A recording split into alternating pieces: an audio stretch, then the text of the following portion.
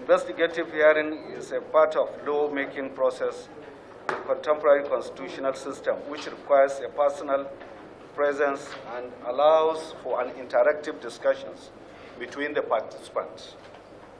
The essence of today's gathering is to elucidate the current fuel scarcity, which has a negative impact on the people.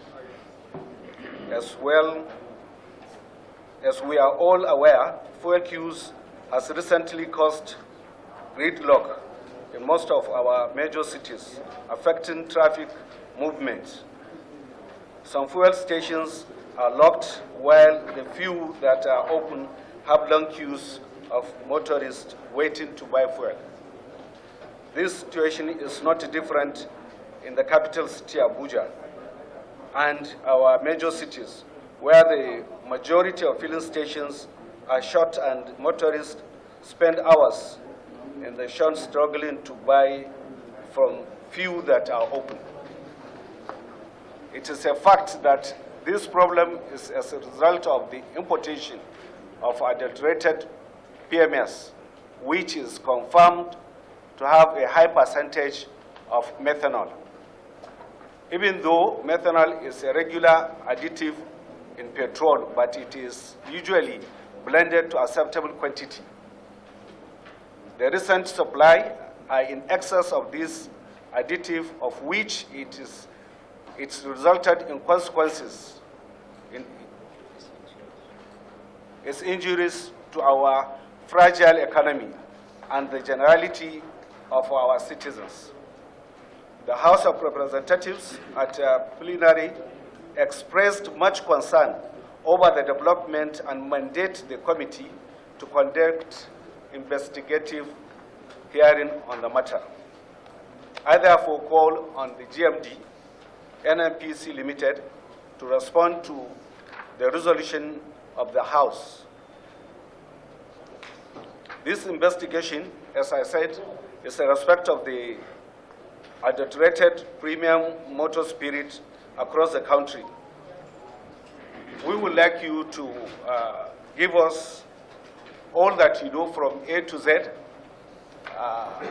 from the issue of issuance of the LPO contract to those that import the PMS up to the depot. Ladies and gentlemen, the task ahead of this investigation is challenging and critical to unveiling the truth, examine the lessons, preparing solutions and way forward in order to regulate the system, regulating the system to make them more effective and efficient. Ladies and gentlemen, assalamu alaikum.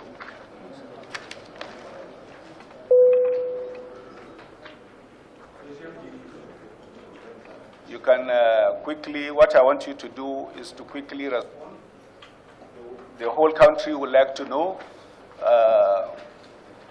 the current situation of the nation in respect of the supplies, then what transpired from the beginning to the end in brief. Just we want you to be in brief. You tell us, then we will sit down and discuss and find ways forward. Thank you. Chairman, Honorable Chairman, and members of the committee, I was listening to the introductions, and I had Honorable from Ifako, and my voter card was Ifako before I changed it, and so I take that you also represent me, and I'm also seeing Honorable Kajafa from my state, and beyond this, I think I'm fully protected here. First of all, let me thank you for the opportunity to speak to this very distinguished committee. Secondly, let me also put it on record that this is your company. This National Assembly created the NNPC Limited. And by God's grace, I'm the CEO of that company. So this company will serve the Nigerian people. This company is designed to serve the Nigerian people. This company is also by law required to ensure energy security for these countries. By law, you made this law. And therefore, it's our responsibility to ensure that we provide energy security for this country. Secondly, and more importantly, that this company must operate within the laws of this country. And this is what we have always do, and this is what I assure you will continue to do. And in the current situation, let me assure you, honorable members, that we have taken every necessary step to restore supply into this country. We have placed orders significant enough for us to cross into February, into March, with at least 2.1 billion liters of PMS in our custody. And the situation you are seeing today now, I can assure you that by next week it will vanish, all things being equal because of distribution issues that I may not have control over, including the movement of trucks. Otherwise, we have robust supply arrangement to make sure that we exit this situation. But why do we even have this challenge in the first instance? I believe this is what the chairman wants me to speak to. First, we import all the gasoline that we consume in this country. Every petroleum product that we consume in this country is not locally processed, except a few quantities. Some of them, and I can also share with you, some of them even coming from sources that may not be legitimate. That is some of these cooking pots that you have in the Niger Delta that are creating diesel. It's very possible that most of the diesel that you see in even your homes may be coming from those sources. That is not the issue here, but we import most of the petroleum products that we consume in this country, and 100% of all PMS. So not a single liter of PMS is generated in this country today. That means 100% of PMS you see in this country is imported. And those imports are done on the basis of existing contractual arrangements that we have. It is called the direct sales, direct purchase process, which is simply with the best of practice to enable our suppliers to take custody of our crude oil volumes and then supply product to us on agreed terms and conditions of volumes within periods that is agreed. So that we have been doing this since I came on board. It has always been part of our supply mechanism for a long time to come. Even if all our refineries come on stream today, except the Dangote refinery comes up today, we will still be in short supply of PMS, because all the refineries that are configured today, which we are trying to fix with the best of endeavors, can only make 80 million liters of gasoline. Our consumption is certainly above 80 million liters, but evacuation from depots, and I can also confirm to you, the evacuation is not consumption. Evacuation is the quantity of products that leave our depots on a daily basis. These numbers we know. I'm sure that when the chief executive of the authority comes, he will validate this, that we know all the trucks that leave our depots, but we do not know where they end up. This is reality. It is not possible. There's no tracking mechanism to enable this. And we also all know that some of these products find their ways to the places that may not be in this country. I don't have statistics to back this up, but we know that smuggling takes place. I'm sure very honorable members, you will agree that this is the reality that is happening. Now, on the basis of those contracts, our suppliers bring products to us, and then we reconcile with them regularly. Now, part of the requirement of those supply arrangements is to give specifications to your suppliers. You will tell them in the contract there's an attachment which gives specification for this petroleum product, particularly PMS that comes into the country. These specifications are bound by regulation. The latest that we are using is the regulation that is in place since 2006.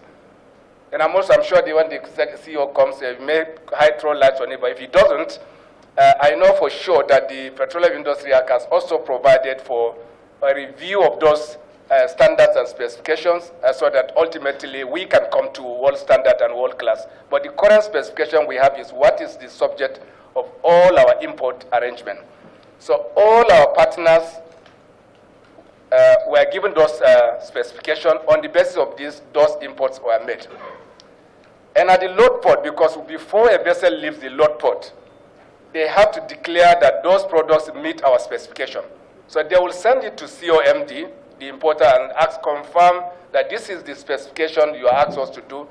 This product that we are bringing to you meets this specification. There are inspectors appointed by the originating depots to give you that statistic. On the basis of that, you allow sail away of the vessel. Now, once it comes to the country, two things happen also. We have NNPC surveyors who are now also required to validate that this product that has come meets the Nigerian specification. And then also you have the authority, which is the regulatory authority, also conducts an independent assessment to confirm that this product meets the specification that is in consonance with existing regulations in the country. In the case of all the volumes that you have seen, 4 of the cargoes that I'm going to speak to it, that we, particularly in question today, met all these criteria on arrival, and that is how they were allowed to discharge into terminals and also conveyed into ship-to-ship shuttles that you see. So there's simply no way, based on the current specification, that you will know that this PMS contains methanol, because it's not part of your requirement at the load port. So we did not ask them to declare whether it contains methanol because it's not part of our specification. But good faith demands that if such happens, because all the products that we have received consistently do not contain methanol, good faith probably demands that your supplier declares to you that this product contains methanol. And let me also make it clear that methanol is not contamination. Methanol is a regular additive to PMS. It is regular additive to PMS. In some countries, it's allowed up to 3% addition of methanol. And in China, up to 15% of PMS content is methanol. And there are countries which are also planning to even exceed that. But on its own, it is not a contamination, but it is the key issue that we had problem is handling methanol.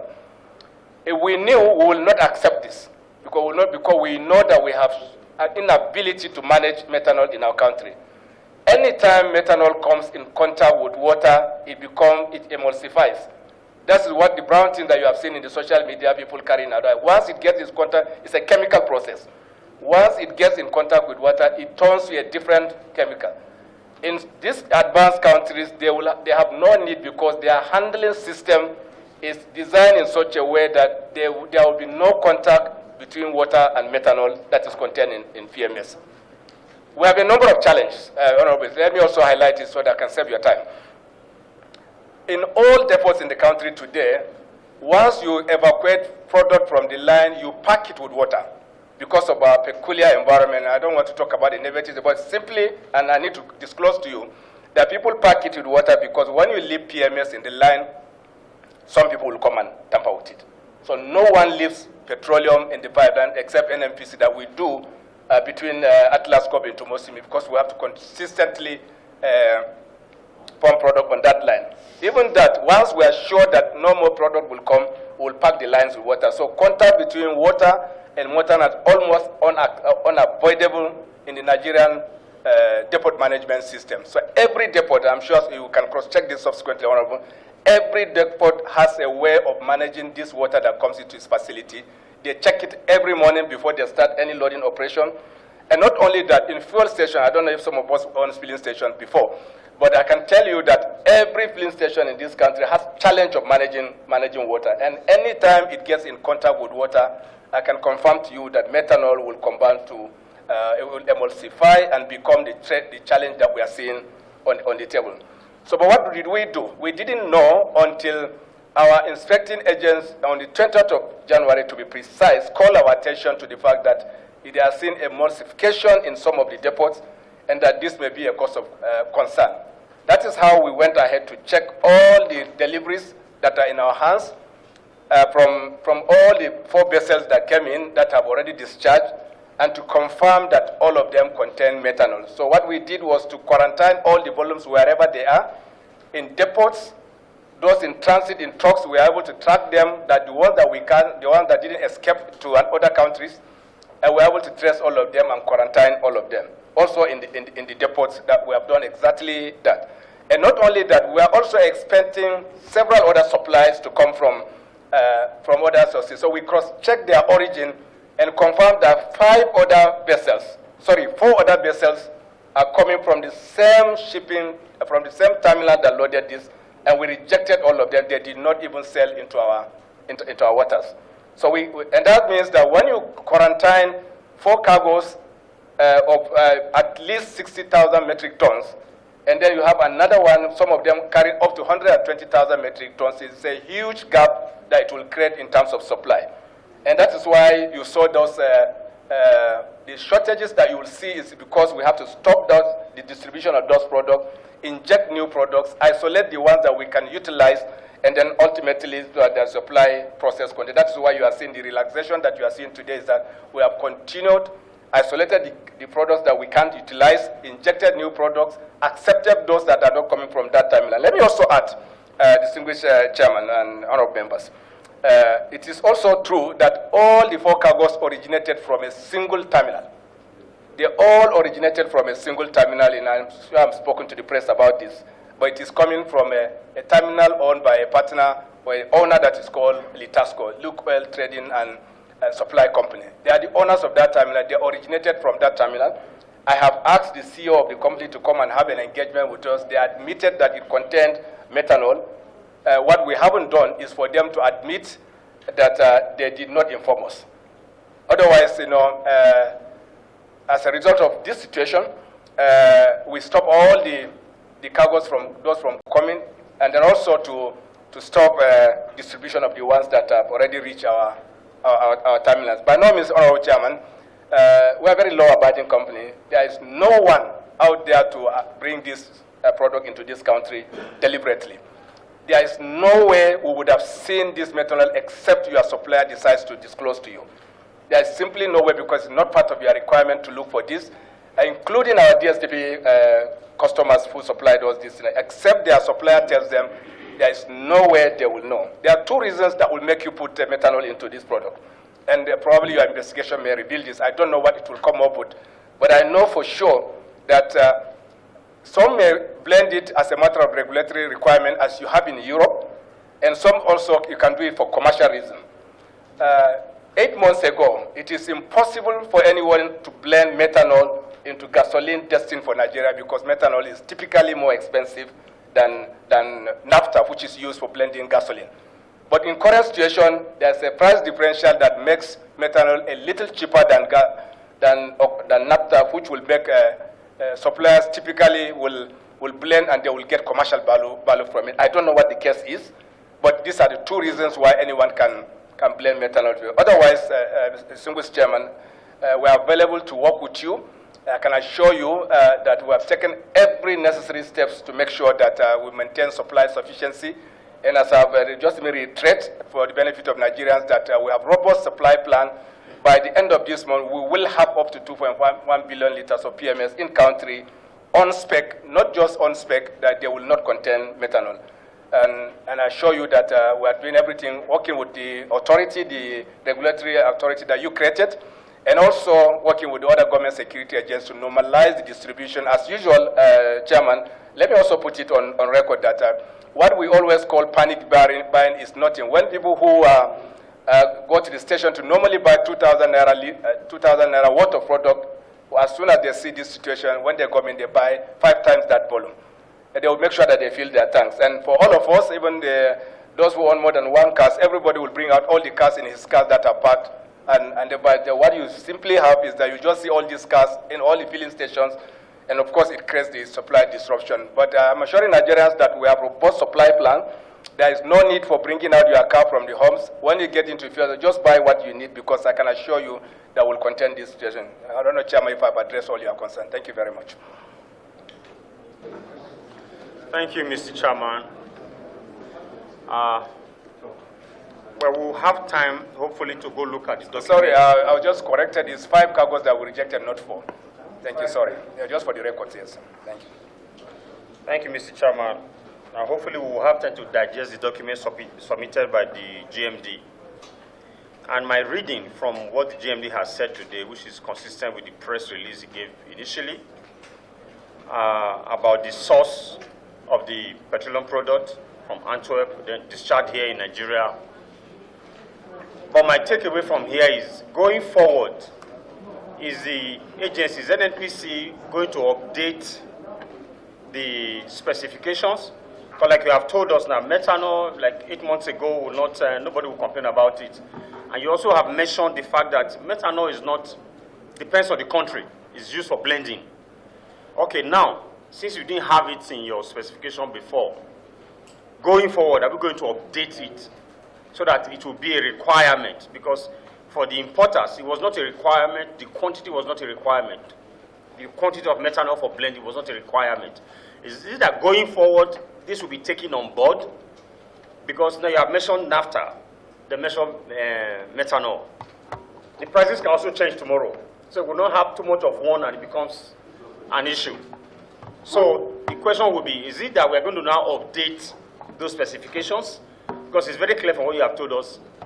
Yeah, we mentioned this earlier, emulsification, when you have water and then it's not mixing with methanol, things like this are bound to happen. So what are we doing to remedy this? I know you have stopped vessels from coming in, you have quarantined these ones. If this happens again, Nigerians are likely to, to be angry. So what are we going to do to prevent this going forward? It's obvious there was a mistake here. Thank you. Thank you very much, Honorable Sagios. Can I respond, Honorable Chairman? Okay, thank you, sorry. Okay. Our guest, I remain Honorable Adedeji Stanley Olajide. I represent the people of Ibadan, Northwest Southwest Federal Constituency. I'm from Oyo State. GMD, one thing you do know for sure is that ignorance is not an excuse in law. And let me repeat that again. Ignorance is not an excuse in law. We are faced with a situation where all Nigerians are suffering as a result of an oversight or as a result of unspecified request from NNPC to all the companies that are the importers of the cargo. You remember, long ago, we had this challenge where DPK was being used to blend AGO. We had a lot of that issue. So I think at that point, there was a lot of speculation that moving forward, there will be specification going to all these importers. So, I mean, it's hard for me to believe that we did not actually know. But I think from the fact that you're going to provide us a lot of documentation, it will unravel the fact that, because the gray area here is that you are not aware of this blending ratio or whatever it was done. So, but here, what I'm saying to Nigerians right now is that ignorance, which we are all claiming here, cannot be excused that we are saying Nigerians will continue to suffer. Somebody must take responsibility for this. Because if we don't, somebody will say something similar to that in the future. So what I'm trying to say here is that we are going to need a lot of relevant documentation to the fact that you are not aware that such practice took place. Thank you, Mr. Chairman. Do you, from your explanation, you said only two sources speculated. The first one has to do with other cargoes that is meant for Europe destination, take it to Nigeria one. If that is not possible, then the next one is, where do you incident this mixture of methanol with the cargo that we imported? Where do you incident it? If you suspect that maybe for commercial reason, somebody may want to mix methanol because it's cheaper than the PMS. Then at what point, where do you incident it that such a thing could happen? My name is Honorable Princess Miriam Otenaka Onoha. My question would be basically with the source of the product. Honorable Ms. GMD, during your presentation, you talked about receiving the supplies from Litres SA Belgium. My question would be, have we been taking deliveries of products from this same group over the years? If yes, has it been of the same specification that we normally use? And if it is that they already know the specifications which come to Nigeria, why would they send us something that is not meant for Nigeria? And then my second question would be, if we have an agreement, a service level agreement with this delivery company, and if we do, does it have instances of duty of care where there may be room for damages or for responsibility assigned to the supplier, wherein they are supposed to take responsibility for damages that have occurred to some of the people who have actually purchased this product? Thank you. Let me start with what Honorable Sajos asked. What's being done to avoid a situation like this? First, as we speak now, we have asked all our suppliers to ensure there's zero methanol in the supplies to Nigeria. With a regulation or without it, a buyer can demand from suppliers any qualification for the product that they will bring to you. So you can actually ask without waiting for any regulation to support you. And this is exactly what we did to say that no one is going to bring any gasoline with methanol anymore into this country. This is the first step that we have taken. Now, secondly, this is connected to what my daughter asked. What exactly have we been doing with this terminal? This terminal has been supplying product into this country. I don't have the numbers, but I know billions of tons of product have come from this terminal into this country. Litres terminal in Antwerp, Belgium is a major terminal that supplies not just West Africa, but greater part of Europe. So it's a very known terminal, and it's a terminal that has been delivering product to this country. And also, all the product that they have supplied to us in the past did not have this situation. And we assume that there are zero methanol all this while that have been supplying. But I will not know why they supplied this product. Statistically, you will never expect to receive any product from this terminal that has never supplied product with methanol for you. So that's the reality. Thirdly, we don't have any contract with Litres at all. You know, but it's a requirement of the contract that when you take supply, you must declare the load port, and you must also bring a certificate of quality from the load port. That is how you will know the originating terminal, because the voyage has to start from that. There are many other commercial issues associated with knowing where it starts from. But more importantly, that we know that these products originated from here, but we do not have a contract with Litres. So what did we do? Once this happened, we have put all our suppliers who are our contact or the commercial angle on notice that there will be liquidated damages that will come from this.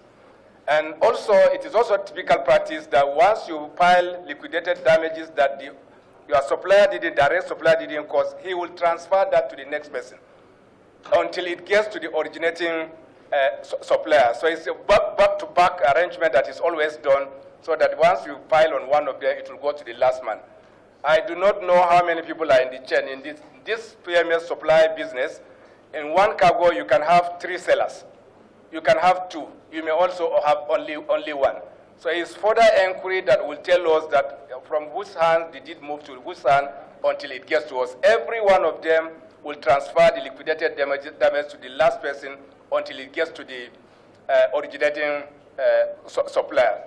And this is what we are doing to see that these liquidated damages are settled, and it is a commercial process. It is also a legal process that I know that it is not as simple as sorting it out on this table. What we did was to bring the originating terminal on the table and inform them that with this product that we received that originated from their terminal did contain methanol. In the circumstance, this is the validation that we can do, and then the rest are commercial engagements that we have to follow through with our partners.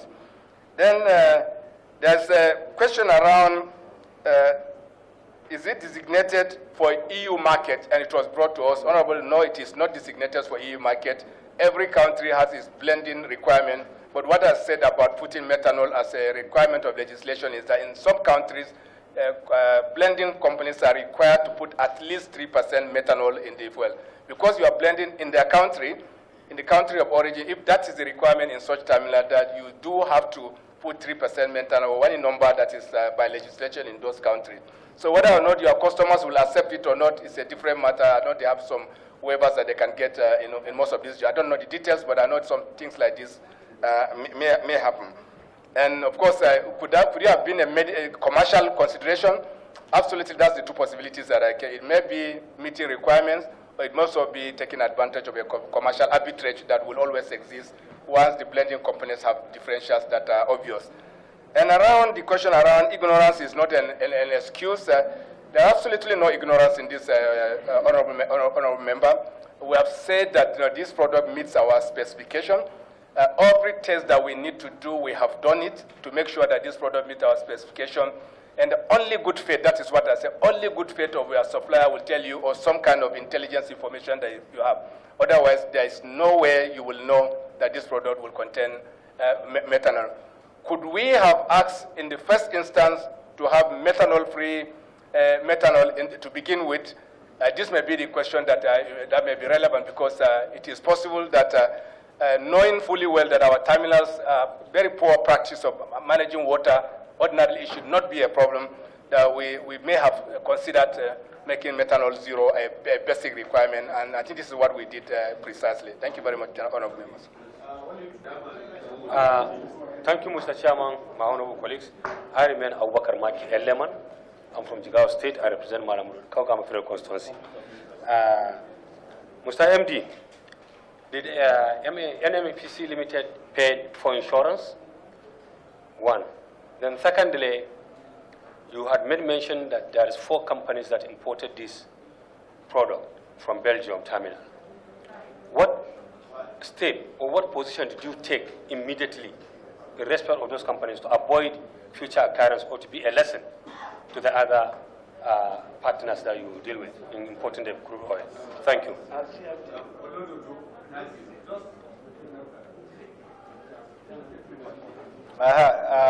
GMD, you have all the questions. The only one that I don't know, maybe you don't need to go into it, because we are going to invite those companies which you have mentioned. So anything that has to do with either Duke Oil, Ondo, and others, you should just leave it to us, because we are going to invite them as well. If there is need for us to call you back when they tell us their own stories, then we will invite you to talk about it. So I want you to just leave that side for the Duke Oil and other companies, please. Thank you, Chairman. Let me go back to Honorable who asked about why are we not loading at Mosimi, Ibadan, Ilorin, maybe. Yes. It's very important because I need their help. No, I'm not answering him. Answer him, he's protected. Yes, thank you, Honorable. As we speak now, stealing of product on our lines may be going on now. From Atlas Corp all the way to Ilorin, they pass through communities that honorables represent. And I can tell you that even as at yesterday, there were arrests of bundles on our pipeline. We lose up to 5% of product that we pump from Atlas Corp all the way into Ilorin. It's still ongoing, and for the risk of being repetitive, I've said that everybody is involved along that value chain. All the communities are aware, security agencies are aware, and everybody else that pipeline passes through its community is aware, and it's happening. We are doing everything with the Department of State Service in particular and the Nigerian Armed Forces to contain this. It used to be close to 10 to 15%, but it's now down to 4 to 5%. Even that is a large number, because we can typically pass up to 10 million liters of product from Atlas Corp into Mosimi every day.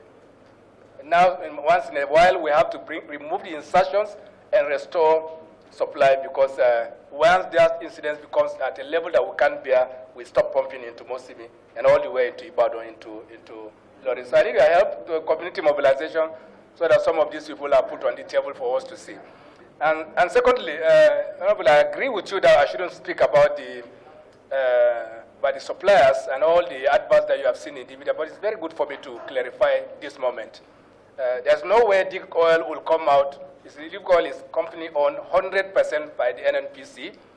It is a company, it's a trading wing of NNPC. Every national oil company has a trading company.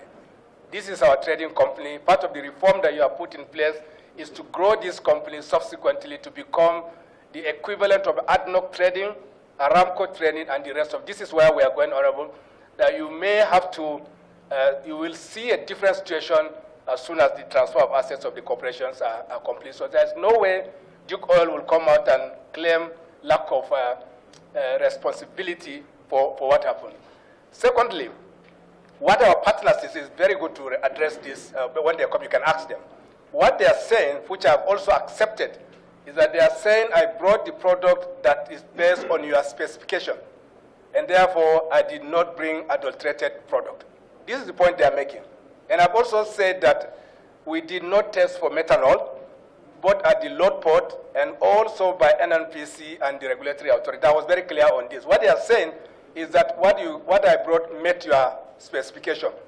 But what they probably also didn't know is that it contained methanol, and that methanol originated from the loading terminal. I think this is very good to put this in perspective so that Nigerians are aware that what they are saying is that we have no liability. It's a legal issue, but it's nowhere sustainable because we have also filed liquidated damages which they can pass on until it gets to the originating depot. We're not saying they know, but what we're saying is that they are the commercial partner of record that we have, and that it is their duty to transfer those liabilities to the origin of this product. This is really what we are saying, and it's good to put this on record.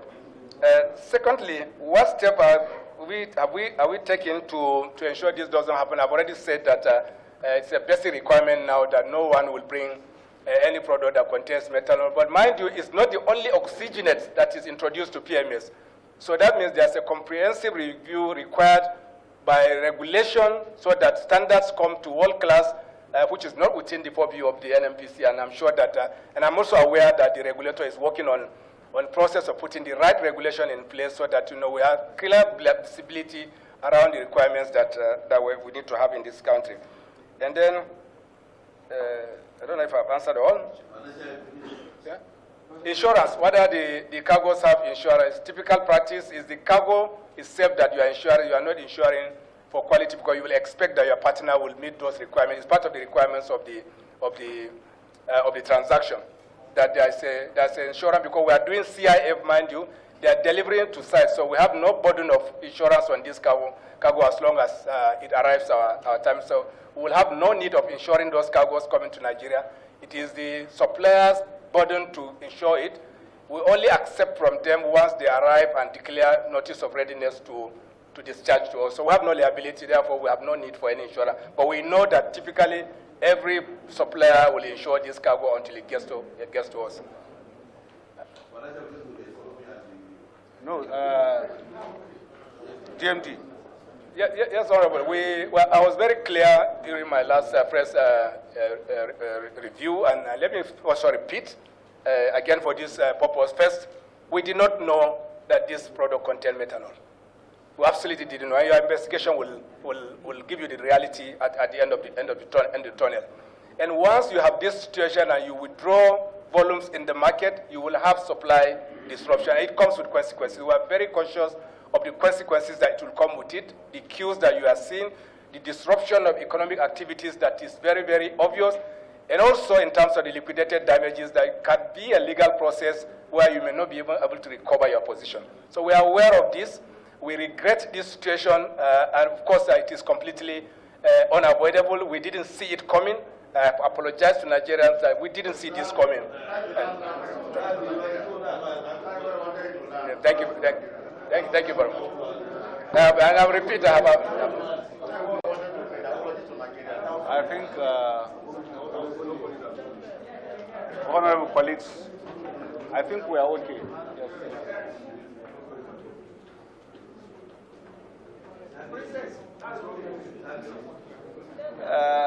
I think we are done. We are done now.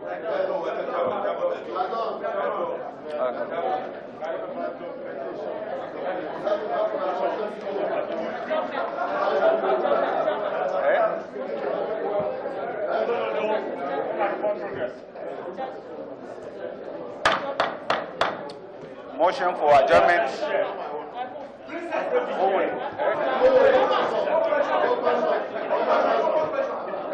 Motion for adjournment. Adjournment. Adjournment. Adjournment. Okay, Yes. okay, President.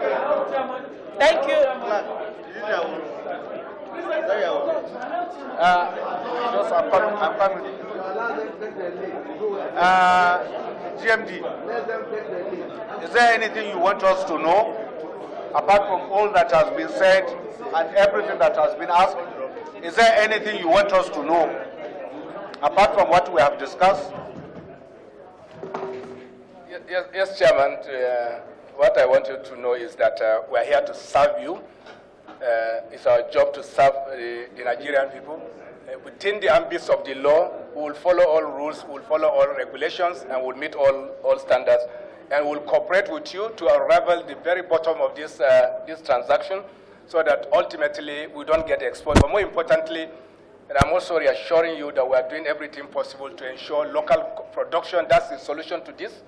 And we will fix our refineries. We will support the Dangote refinery, in which we have taken equity to completion. And once that is done, you will not be talking about importing petroleum products into this country. And this is our objective. Thank you very much.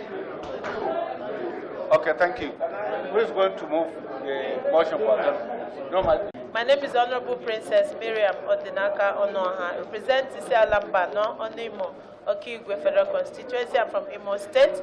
Mr. Chairman, honorable colleagues, having exhausted the business of the day, I hereby move that this session be adjourned sine die. I so move.